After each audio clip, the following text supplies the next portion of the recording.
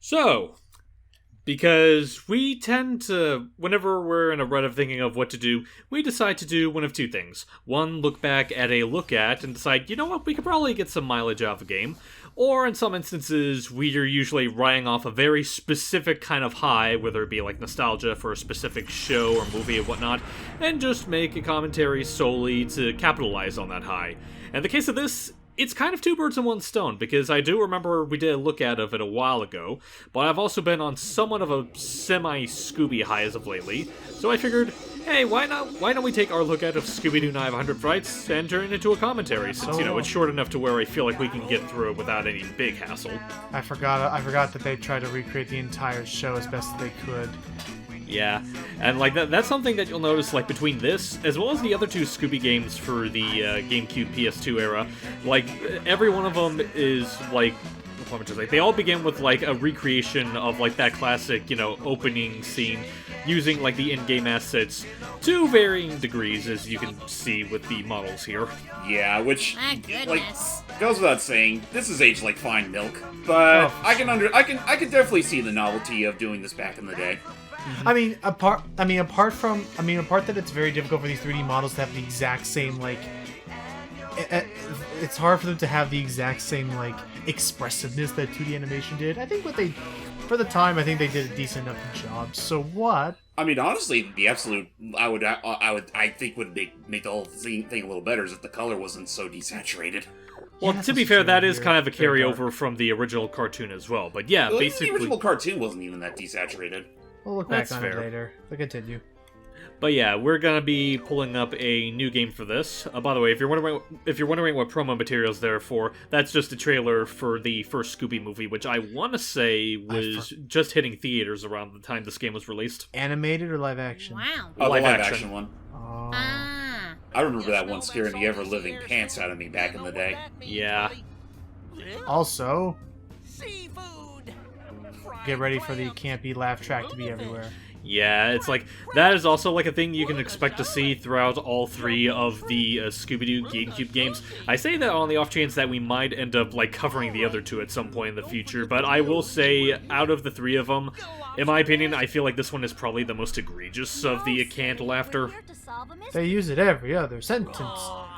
They even use it in gameplay in certain spots. I mean, in gameplay, it's a little harder to manage that kind of stuff, but yeah, on the whole, it definitely really exudes that whole camp nature of its era, most especially when we get to meeting it with Holly here.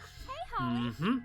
So, a bit of a story buffer here. Holly here is not only Daphne's cousin, but she is also a relative to a famous scientist, well, famous in the context of this game, Professor Alexander Graham, who has basically been dealing with a very new type of science doohickey. I'd go into detail, but it's somewhat of a spoiler. However, he recently went missing, and Holly thinks that someone is trying to basically steal whatever invention that he's been working on. It's definitely not her, right? It's definitely not gonna actually be her. Well, we'll give you that idea. Again, spoilers. Bear in mind, Jordy, I have not beaten this game, so it's... I know, I'm trying to preserve the spirit. I know, if I guess it, let's just call it the Scooby-Doo camp. Also, we'll say terribly sorry that there's no subtitles in this intro cutscene. I mean, you'll see subtitles all throughout the game, just not here for whatever reason. Curse you FMVs. It's not even an FMV. This is all real time. What? Yeah. Yeah, well, that is the thing with, Heavy Iron Studios, which, for people that weren't aware, this is actually made by the same dev team that made the original Battle for Bikini Bottom. And, talk about a stark contrast between the two when you really think about it. Yeah, because I want to say this one was made at least a good deal before Battle for Bikini Bottom, because there is, a slight bit more of that, early studio archaicness with this one compared to Battle for Bikini Bottom, which I like to think is a little bit more refined in places. Oh, look at that. Floating Scooby snacks ripe for the taking. And they're big, massive. The size of your lung. Run as big as your head. Also, I love how he says something's fishy here. Literally right next to the gate that leads to the harbor. Yeah. They must have done it then. Gee, Scoob, Why would that go down if it was the... Uh-oh. And thus, as we're about to learn, we're in a position where, yeah, as we're going to soon learn, this is actually going to be one of the most dangerous capers they've faced yet. Where apparently everyone's now being kidnapped, and it's up to the dog to save them all. Yep. Aw, poor doggy. But yeah, basically, Scooby-Doo 900 Frights is a pretty basic 3D platformer. However, the further you get into it, the best way I would kind of describe it in some instances is that it's kind of like unless there's like better examples there exist. I can't think of any that immediately come to mind. This is in many aspects kind of a 3D Metroidvania, because there are some areas where you actually are barred from progressing through until you go through other areas to get like certain power-ups or means of like traversal. Right, I remember now. There's an entire map system that the game has at your disposal through the pause menu, and I mean, yeah, no, like, Hype says it like that. I could have just gone with a simple answer and say, imagine if you put Crash Bandicoot and Symphony of the Night into a blender. Yeah, basically. I see that too. Yeah. So where is the Mystic Playgrounds where we should be starting off first? Yeah, this is basically like a tutorial area to get you accustomed to the game's mechanics, as demonstrated by Mr. Don Knotts here, who was surprisingly still alive back when this game was out. Would you believe that I'm still alive? I remember him being alive for a good bit. In fact, funny thing, when I was doing research on this game, apparently this game is the only time Don Knotts ever voiced in a video game. Really? Which is pretty impressive, all things considered. Like, the only other thing I know Don Knotts for is, like, that one episode he appeared in the new Scooby-Doo movies back in the 70s. And, of all things, he was part of that whole Hermie and Friends show, which, you know, had that one King of the Bees segment that we like to riff on. Oh, gosh, geez, that guy, I forgot yeah, that was a right. thing. He was one of the caterpillars, yeah. Oh, the other guy who wasn't a Barnacle Boy. Yeah. Right. Right, gotcha. So, But and I also, sorry, did you want to ask something? And as that, I was going to ask that, so the Scooby Snacks, they are not just a health or a one-up thing. Do we actually use them as a currency in this game? Basically, so in every area of the world, every area is divided into like 3 or 4 segments.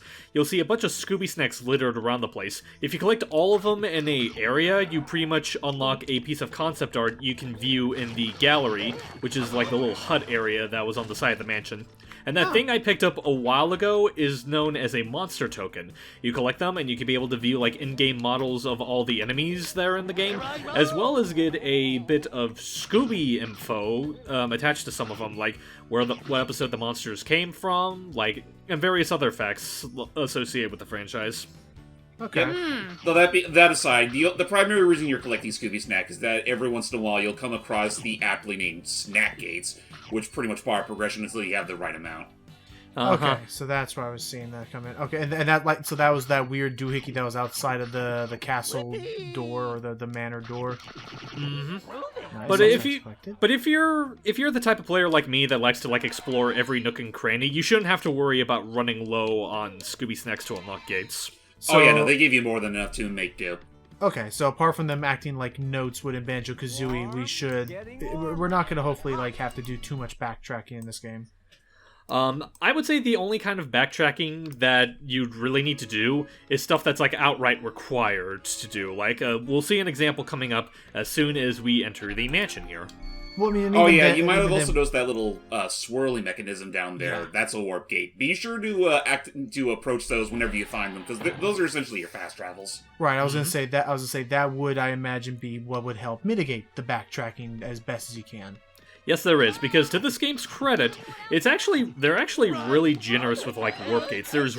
They have one in every area of the game. Okay. And just like that, we already found Holly. That was quick. Did we just use an axe on the door? Or... No, that was a key. It was just awful. So the mastermind. Oh, I also wanted to mention this earlier when we were mentioning that she's Daphne's cousin. I also like to imagine her as her total ex because she's totally not voiced by the same actress. Oh, yeah. I like to imagine her as an android because of her face. That's it. Just. I mean, hey, you know what? Good looks do run in the family. However artificial it may seem. The wonders of Hollywood. So do you buy any of that, Scooby? Yeah, a second. He's stretching. Just need to do the old Scooby-Dooby stretch. That's what he's doing. He's doing freaking downward dog position. Yeah, I was gonna say he's doing the downward dog. Now he's doing I'm trying to think. Okay, there it is. Sorry, Parsec was just like a little laggy on me. It should be fine though. Okay, Okay. now it's back to normal. Oh yeah, no, he's pretty much recording this off of my end because he owns the game natively via PS2, and as such, I decided to go ahead and grab the PS2 version. yeah, just get the PS2 version, have it run on PCSX2, and from what I've played of it, it seems to run more or less smoothly. Yeah. Yep. You see, precariously floating above the pit is a box of Scooby Snacks, which are worth 5 snacks. Now, if you're able enough, and it's not that hard to do, you could just be able to, like, jump and get it without falling into the pit. If you do goof up and fall into the pit, you don't have to worry too much about it, because there is no life system in this game, and for the most part, they're really generous when it comes to checkpoints. The only real downside to falling down into pits and having to restart from a checkpoint is that you can go. Your health can go up to about 5 Scooby medals, pretty much. But if you do end up falling down in the pit, or just outright dying, you do reset to around 3. So, in cases where you have to go through like long stretches of land, that might be a bit of a hassle. Yeah. So here's where we get to our first moment of like the game stopping us from progressing, because these cobwebs that are on the way here and over there, we can't bash through them regularly. I love we need to make. Yeah. But yeah, we can't bash through them regularly by ourselves. We need a power-up in order to, like, get through those cobwebs. So for now, we're gonna have to go search elsewhere. Alrighty. And I was hoping for a mess load of Scooby Snacks. It would have worked so beautiful. I don't know where this is going. Jordy, do you have any Yes. experience with Night of 100 Frights? Or any Scooby-Doo game? Not exactly, no. I think I was there for the first look at we did like years ago, and I think, if I remember correctly, I think it was around the time when that one actor for Shaggy and Scooby passed away. If you're talking about, like, I'm trying to think, because I know Casey Kasem passed away not that long ago, but I'm pretty sure Frank Welker is still around. No, Frank Welker's still around. I was talking about Casey. Oh, okay. You bother me. But yeah, Did what you we just got say there get away? is... Did you say keep away from me, Mutt? You bother me. Yeah, he did. So basically, what I did there, this is one of the more situational power-ups that you can get in the game. Basically, whenever you see a pink flower, you can be able to dig up items. Like, earlier there, it was a key so we can be able to get into the harbor area, but it's mostly just as a means for you to dig up snacks or sometimes Scooby-Doo boxes. Okay. Yeah. And don't worry about that just yet. We need a power-up to get that. One we can actually find quite conveniently down at the wharf. Okay, well, time Version to of the get Smuggler's off. Cove, that's it. Well, it's time to head to our first main area. But yeah, so basically this is where a lot of the more, like, this is basically the harbor, near the ocean, where a lot of the more aquatic aspects of the levels are going to come into play. So expect a lot of stuff like fear of running into water, a bunch of, like, fish-related obstacles and whatnot, including, like, little flying fish that you'll be seeing a little later. The flying fish I hated. Yeah. So, as far as, just to keep her interested, if not any particular Scooby games that you grew up with, are there, like, any other pieces of, like, Scooby entertainment that you found yourself, nostalgic for or have experience with, Jordan? Well, I've definitely seen the old show from the 60s. I think I've seen all the movies, or at least all the classic movies, like the, what was it, 3 movies or 4 movies? 4. It was 4 movies, the Japan animated ones. Yeah, I've seen those, which I really, really like, especially the first 2 movies. Hang on just a second. Oh, okay. No worries. But just to continue on, Oh yeah, keep going. I've seen what's new Scooby-Doo with some of those interesting modern episodes. Like there was like 1 or 2 episodes with the Hex Girls, I think I remember. Yes. Mm-hmm. Yeah, sorry about that. Mom was just handing me some hot chocolate, which I will drink later. You're having hot chocolate? You lucky dog, getting some nice, casual, comfy hot chocolate on a winter's morn. And it's ironic because... Excuse me, I was gonna say, then it's ironic because dogs can't eat chocolate. Oh, because they go straight to their hips. I take the little railings. Now, what were you about to say, James? Raveman! Oh, it's the It's the caveman. We show the ice. Reggie, we show the ice. Out of the ice! Gee, Scoop! Run away! I just remembered. We're out here. James, continue about the hot chocolate, whatever. The hot chocolate's like, wait a minute. I expected a side of Scooby snacks with this meal. I was but a young dumb child when I was convinced that Cheez-Its were Scooby snacks. Oh, speaking of Shaggy, flying straight from the Wings Pelicans. of a pelican, yeah. We're gonna be seeing him popping in and out of here in very odd moments. Yeah. Out of the entire Mystery Inc. gang, naturally speaking, you're gonna meet up with Shaggy the most because he's about as much in on this adventure as you are. Just not quite as on his A game. Yeah, basically, there'll be instances where he'll help you go over, like, certain bits of the environment that you need help with.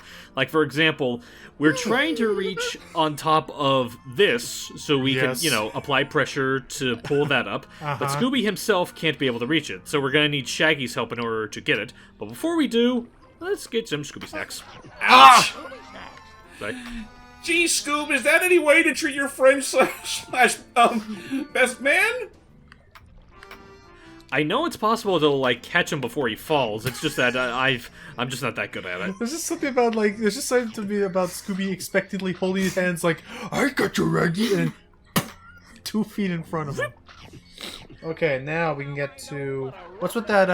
That's just another sandwich. Just another sandwich. Mm-hmm. There you go. For some odd reason, this game actually does have a lot of food-related items that serve as your health. Mm-hmm.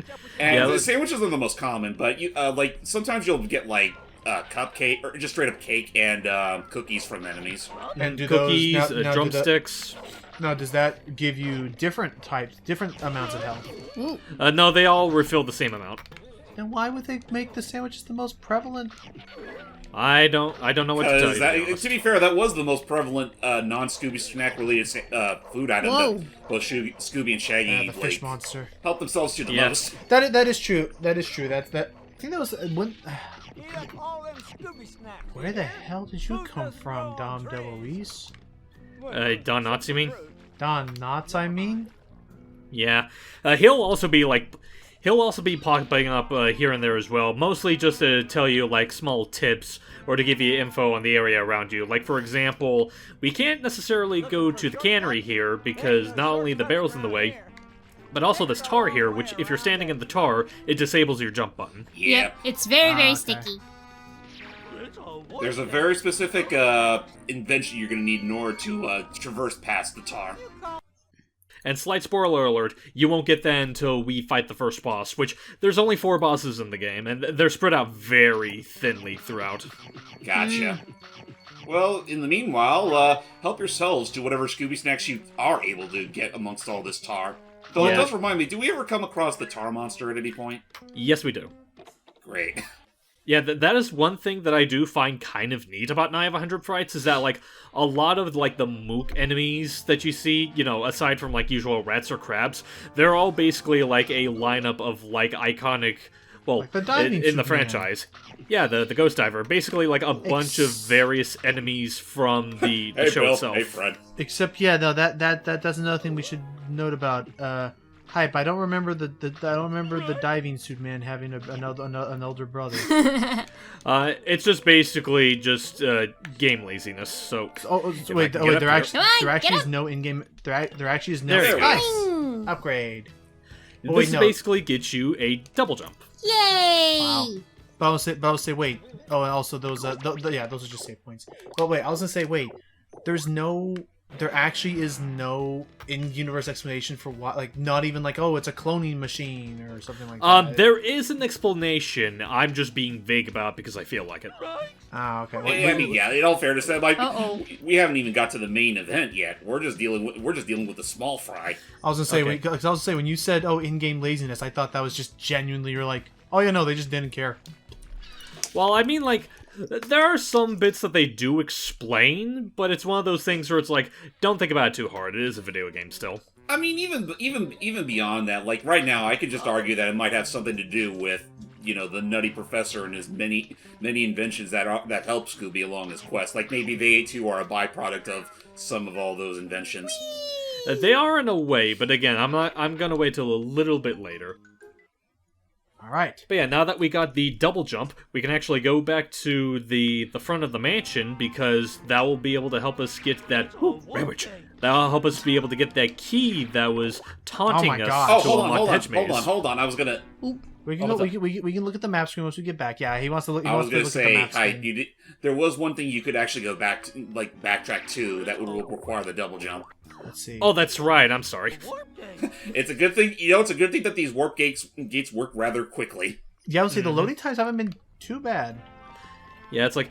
that is like one thing to keep an eye out for. It's like Whoa! this game does have a lot. This game does have a lot of load times, but they're for the most part usually pretty short. Oh, come on. Come on. Yeah, Gotta believe for it. Why won't? this is one thing I You will must definitely believe. say There we against the go. game. Sometimes it feels like the hitbox for some of the items floating up in the air is a little too precise. Oh, Yeah, I'm that's- trying to figure out what you're supposed to do. Like, are you supposed to like? Are you Well, need what to the hit him game- with Scooby's head or his body? Well, I do know for that in particular, what the game expects you to do is to come back with a particular power-up to bounce off that enemy so you can reach that tire that's above him, because that is another thing that this game encourages, like, not just for progression. When you get certain power-ups, you can also be able to just, like, Ooh. go back and just get any snacks that you missed. And that is also, like, encouraged to do for, like, the backtracking. But yeah, the seagull here, he basically gives a shortcut back to the beginning of this segment. Scooby, Yes, ladies and gentlemen, this is indeed a funny little scenario here. Scooby, you're not supposed to grab onto that part of the pelican. There's no part. What do you mean? There's no laugh track. I think There I'm being was, dead there serious was the about laugh this. track earlier. We just talked over it. Yeah, no, like it's I'll admit, as far as the laugh track goes, it's actually very subdued. Well, it's subdued in gameplay. It's the cutscenes where I feel like they're a little egregious. Eh.